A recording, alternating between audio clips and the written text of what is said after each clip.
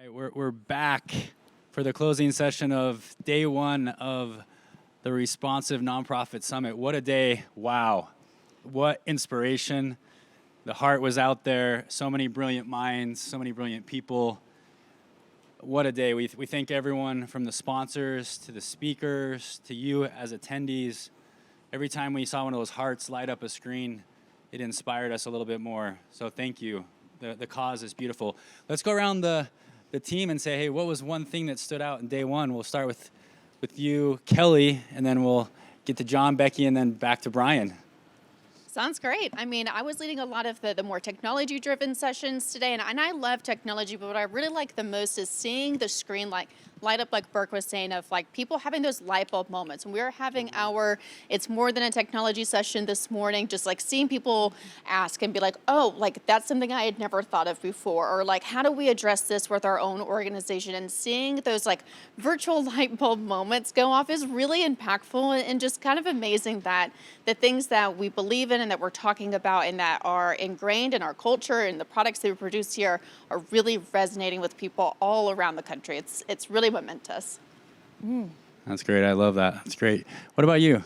I took the mic first, All John. right, Sorry, as per usual. But we just had incredible conversations with our three panelists. We talked about evolved leadership strategies. We talked about evolved digital strategies. We talked about what does the sector look like as we are evolving. And I think one of the prevalent themes that really stuck with me is this state of abundance that people who attend this conference want to live in. We want to get out of our nonprofit scarcity. We want to live in abundance. We want to be activated. There was a lot of A's, I feel like, in the way, and there was awareness. And it was really about getting back to your why, owning your story and your narrative arc. And this is such a time for growth. This is such a time to consume joy, to own our narratives. Partnerships are going to be key to that. And we are watching this evolution go down with so much enthusiasm, joy, and we're here for the moment. What about you, John? I mean, Dr. Bertrude Albert. Can I just say her name? Yeah. I mean, the authenticity of just not only her story, but that vulnerability. Like, I see this thread, there's another A, of authenticity. Like, this is our moment as nonprofit leaders and anyone pouring into this work to connect with hearts. And you do that by showing up authentically, not with a bullet-pointed list, but like who you really are. And I think we're seeing belonging in that, and we're seeing more connection as a result of that. So I feel heart-filled. It's great, Brian. I know you just spoke. What are some of the thoughts that went through your mind? And thanks for that beautiful message on really moving closer to the person, the person we help. Yeah, I think for me it's interesting because I spent my whole career before working at Virtuous, spent my whole career as a frontline fundraiser, and I'm going to share just like my own personal win, like the beauty of all of us coming together and you coming together and spending your time with us is it reconnects me to my North Star. Like today has been so rejuvenating for me personally. And I am just filled with gratitude. Gratitude for all of the people behind the scenes that put in the work to make this happen. Gratitude for everyone that you see here on stage. Our speakers that are giving their time to share their wisdom and heart and expertise. And ultimately gratitude for you and the reminder of what you're doing in the world. And I'm just really proud that we've got 3 days jam-packed with great sessions to give you practical takeaways to help you be more hyper-personal in the relationships that you build to fuel your mission. That's great. I love that. Great thoughts. One of the things I was thinking about Dr. B, she gave 4 points of just massive wisdom. I read these down. Ask before aid. Find the heroes. These are beautiful thoughts. Fix the systems, not the symptoms. And then share your journey as messy as it gets. Very clear, very inspired. Thank you for your work. Thank you for your inspiration. Another thing that stood out to me was just, Brian, I loved being able to share your story. Someone who's invisible becomes visible. And I think that's what's amazing about all these people. There's thousands of nonprofits and leaders that have joined this summit. And they're all focused on these beautiful missions to make the most vulnerable person the new MVP, of this world, which is so beautiful. As we start closing remarks, is there anything else, John, that you learned that was like, man, that's so impactful?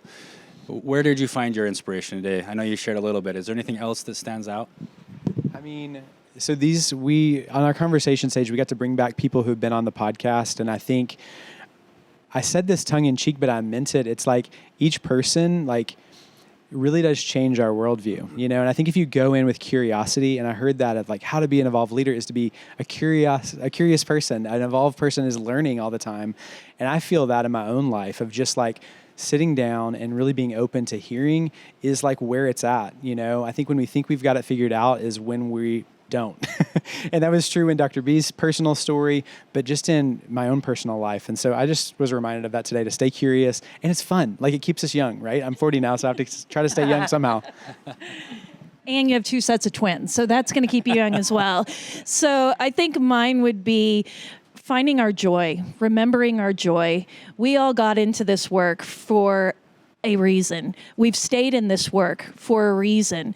And I feel like there's never been a time more in my lifetime where I've seen the sector shift so significantly. And I think, you know, John gave this great story about, in one of our panels, about the difference between a cow and a buffalo in a storm. And the cow runs away from the storm, but a buffalo runs into it, and it runs into the wind. And that is what I think is the great metaphor of those of us that work in mission-driven world, is we face those headwinds straight on, we get past them, and then we rise up out of them. Find your joy in that. Consume that joy in days it just feels a little bit harder, and find your people. Community is all around, and the community will lift you on those darker days. All right. I mean, I love like the words like deep rooted words that we're using today. And I would have to say, for me, it's like, stay curious. Like, we're here to learn and have conversations and have like really deep, meaningful conversation. Like you said, like, we're facing these headwinds, but also like we're staying curious in that too. Like, finding partners, finding solutions, finding people that are going to support that mission. So you're not the lone buffalo running into the winds. Like, you've got your entire herd with you. And that extends to people within your own organization, the stakeholders, your teammates, but it goes well beyond that too. Cheerleaders like us that are more than just people on a stage, like, we are here to support you. We're like excited that you're curious, and we want to help you scratch that itch of curiosity and like find the answers so you can make your missions achievable and all the more possible. I'm gonna steal Bravo. I'm gonna cheat and steal all 3 of yours, right? But I think for me, there's this sense of belonging, and there's this sense of I'm not alone. And I think I'm cheering on all of those that recognize and are harnessing the realization that things are always evolving. Things are always going to be changing. And you're not alone. If you're feeling the pressure and the pain points and the friction and the hardship that comes along with change, the reminder here is that we're in it together. We're not alone, and we're here to help. And so I hope that people feel seen and heard, and I hope that you feel like you're a part of something bigger than yourself. And I want you all to know that we intentionally want to help you create connection amongst each other. So right after this at 12 PST, 3 p.m. EST, the programming is officially done, but we have some bonus after-hour sessions. But you can go into a fluid networking space, and you can actually connect one-on-one with other attendees at the conference. So we really want to encourage you to jump into that fluid space, network, create connection, build community, ask questions, share ideas. So we have the next hour reserved for you to be able to do that. And if you have more questions and want to hear from some of our speakers today, Dr. B, Dave, myself, the We Are for Good team, we're going to have like free, ask us anything, bring your questions. We are just going to play in the sandbox for 45 minutes at the RNS backstage, happening in just a few minutes here. So we want to make sure that you have time to have your voice heard, and that time is your chance to do so. So we'd love for you to be there, and we'd love your thoughts, we'd love your questions, and we're excited to play in the sand. Mm-hmm. All right, what a great recap to day 1. Thank you again for joining us from all over the country and the world. We can't do this without you. Thank you so much for our sponsors, speakers who donated their time. This is an amazing place to be. We'll see you tomorrow. We'll be back, besides this networking session, we'll be back here tomorrow to get more inspiration, more thoughts. Thank you very much. We'll see you soon. Day 1.